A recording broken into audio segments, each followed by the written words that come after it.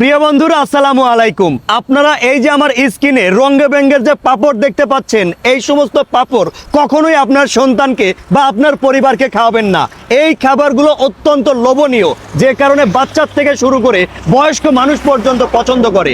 কিন্তু এই খাবার থেকে নিজের পরিবার এবং সন্তানকে সবসময় দূরে রাখবেন, কারণ এই যে রঙে বেঙ্গের পাপড়, এইগুলো কিন্তু মূলত ফ্যাক্টরির রং ব্যবহার করে, কাপড়ের রং ব্যবহার করে। চিন্তা করে দেখেন কতটা মারাত্মক বিষয়। একটা খাবারের মধ্যে কাপড়ের রং ব্যবহার করছে, কেমিক্যাল ব্যবহার করছে।